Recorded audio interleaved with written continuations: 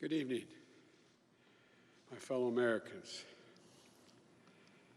We don't have a final declaration of victory yet, but the numbers tell us it's clear, tell us a clear and convincing story. We're going to win this race.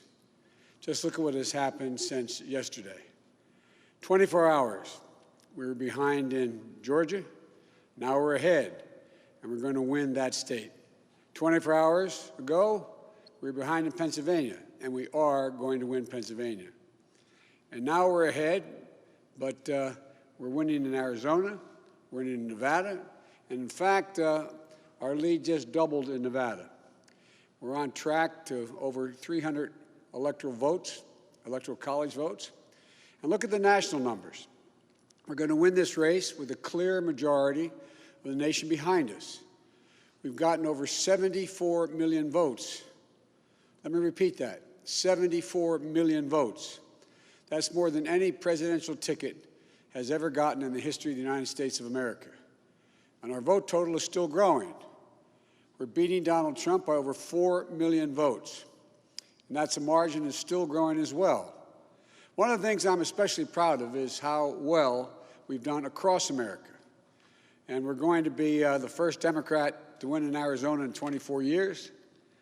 We're going to be the first Democrat to win Georgia in 28 years. And we've rebuilt the blue wall in the middle of the country that crumbled just 4 years ago. Pennsylvania, Michigan, Wisconsin, the heartland of this nation.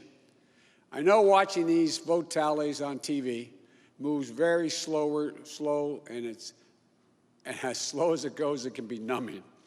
But never forget, the tallies aren't just numbers. They represent votes and voters, men and women who exercise their fundamental right to have their voice heard. And what's becoming clear each hour is that record number of Americans of all races, faiths, religions chose change over more of the same. They've given us a mandate for action on COVID, the economy, climate change, systemic racism. They made it clear they want the country to come together, not continue to pull apart. The people spoke, more than 74 million Americans, and they spoke loudly for our ticket.